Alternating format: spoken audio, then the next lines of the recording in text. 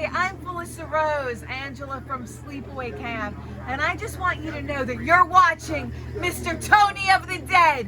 Yeah!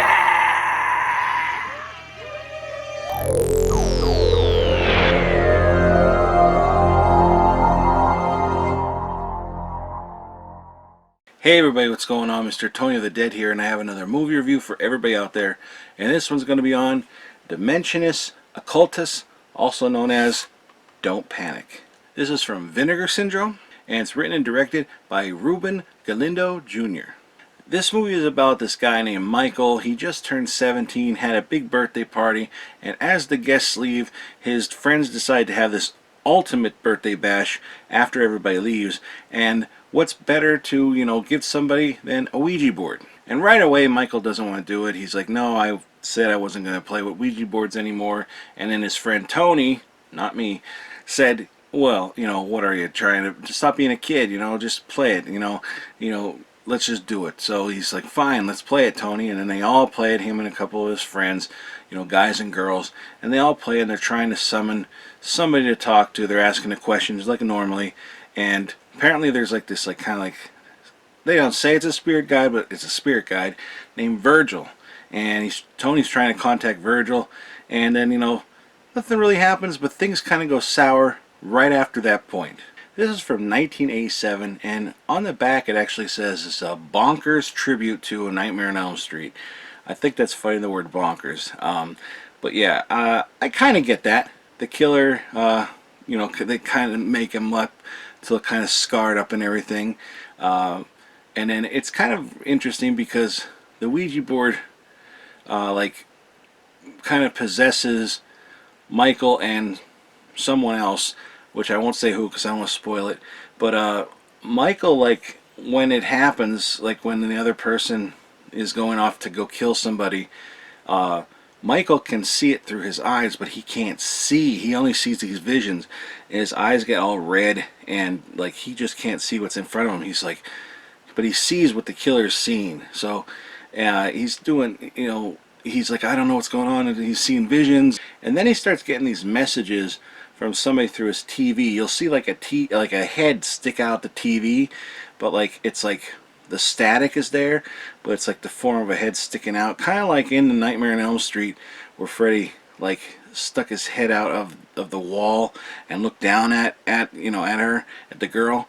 It's kind of like that, but through a TV, and trying to tell Michael, this one's gonna be the next kid to die. You gotta save them. Get out of the city at midnight, and all that stuff. And nobody's really seeing this but him. And then he's the teacher, he's watching his teacher in class, and that voice comes back through the teacher, and then he looks over and sees the one who's supposed to be dead that's in his class, the one who's going to be the next victim, kind of giggling and that, but covered in blood and dripping all over the floor. It's dripping toward him, and that very, very creepy, very creepy. And he's he doesn't know what's going on. He's I know he's not crazy, but then he's starting to tell his mom, and and she doesn't think he's right. They go to the hospital to check out his eyes and everything, and they can't find anything wrong. And it's a really kind of cool movie. The people are likable. It's a kind of a strange movie too. Has a cult following now, of course. A lot of things do nowadays, but I'd never heard of this before until Vinegar Syndrome put it out. And in fact, I just got done watching it not too long ago, and I was like, I have to do the review on this. And it was fun. It was a fun time.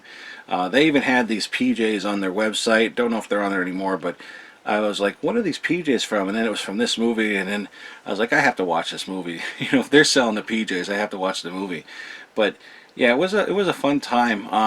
I will say I had a little bit of it was a little annoying that it's the contrast, not the contrast, but I wouldn't say feedback, but it got too high. It would kind of be a high pitched noise when they talked, and it overdubbing, they were overdubbing. It is from a Mexican director, so everybody, you could tell, are speaking English, but I don't know if it was why they did that. I didn't watch the commentary or anything, so if anybody could tell me why the overdubbing is really throughout the whole movie. Is it hard to understand them? like when they're talking English? Is it like, you're better off just, overdubbing everything, or what? And you get used to the overdubbing, to be honest. It didn't bother me at all. It was just a little obvious at times, most of the time.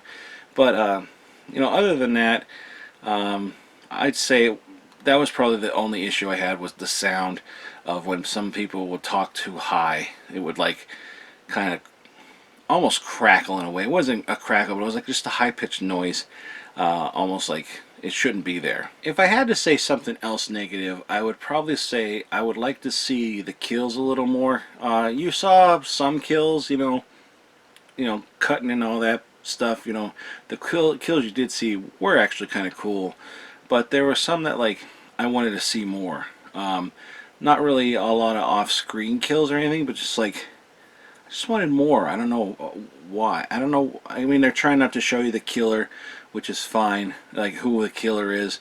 And then at one point you know who it is, so then the rest of the movie, they're running from that person. But there's a certain reason why that person is the way they are, which I won't say. But yeah, it was a fun time. I thought it looked pretty good, to be honest. Looked pretty good. I don't know if like there was, this is like the best available copy they had, and that's why the sound was the way it was. But other than that, I had no problems with it really. It was a fun movie. This had more than like probably, I think there was 2 unibrows in this, which one I didn't even expect. The girl had like more eyebrow than I did. Like her one eyebrow was like both of mine. Not saying I'm a beauty king or queen or whatever, but like, it was like cleaned up nice. Maybe you didn't notice in the VHS days, but on this cleaned up, it was like, bam, it was just there, And a good-looking girl, just had a unibrow. And then there was somebody else later on that had a unibrow that was very obvious. And I don't know, I thought that was kind of funny. Maybe it was a thing back then. I don't know, but it was like very obvious. And this was supposed to be Michael's love, the girl that has a crush on in school and everything. And school's very strange too. Like if you're late, you can't get into the classes. It's high school, they can't get into the classes, which I find funny. It's like, wouldn't that be more for college? But also, this is in like Mexico City, and the reason Michael's down there is because him and his mother got sent down there, and his father is working for this corporation or whatever, and that's where he got relocated. And they used to live in Beverly Hills. You don't see that. They just mention, that's where they used to live. And he has to do his senior year down in Mexico City, and he says it's the pits. It doesn't look like the pits to me. It looks like fun. I don't know how long he's been there, but he has friends, like a bunch of friends, a best friend, and like a girl that he likes. Like, life didn't seem too bad for him down there. He just misses his father. Another cool thing about this movie is it has its own theme song, with the title in it, with Don't Panic, because I don't even know if I say that right, like Dimensiones Ocultas, I don't know, maybe it's Dimensiones, I don't know how to say it. I was always going Dimensiones Ocultas, I was trying to do like get that, accent in there to try to say it, but it doesn't, I don't know. So it's Don't Panic, but they have the song Don't Panic playing at the one part in the movie, and I noticed that and I was like, yeah, that's great, because I love finding a movie that has its own soundtrack, like its own, like the title of the song is the title of the movie, because it's directly related to the movie. It's like great to me. Like I always say, like Hard Ticket to Hawaii, like that's fantastic how that song is for that movie, and this one has one, so it's just great. But that's pretty much all I'm going to say about the movie, but I'm going to show you what's inside of this now. And here we have the slipcover. Fantastic looking slipcover. There are 2 others from Vinegar Syndrome that are from the same director that they put out from him, and each cover has this theme to it, and they are some of my favorite covers that Vinegar Syndrome have put out. Like, they're fantastic, absolutely amazing. I wish they had posters of this. Absolutely wish. You don't hear that very often. But here you have the front of the slipcover, and you got the back there. And then you can see there's like a little bit of a glossiness in his eyes. I don't know, it's hard to tell. And of course this is raised. And it's a very cool image, you know. And then like I said, on the back here is like a knife. And you can see it kind of glare a little bit. It's like a shiny, and down here the knife as well. And the inside here you have on the sleeve here is the artwork again. And then you have this other artwork here, and it says "Don't Panic." I like that. I like this, the color in that, but you know, I gotta say, this one is the one to go with for me. I love this. I love this artwork. I like the other one too, but I love this one. And even on the spine, it says "Don't Panic" and "Don't Panic." And also, like I said, with the new artwork, it does say "Don't Panic." It doesn't have the Mexican, you know, translation for it. And there you have the Blu-ray, and the Blu-ray is region A, B, and C. And there are the special features. If you want to pause them now and check them out, you can. Yeah, I would say probably if I had another negative, which, you know, it's nitpicky, you know, at least there's something, but the special features, I wish there was more. There's two different commentaries on there, and, you know, there's a talking with the director, and then they have like the Spanish subtitles that you could put on and everything. Not really much, but at least it's something, you know.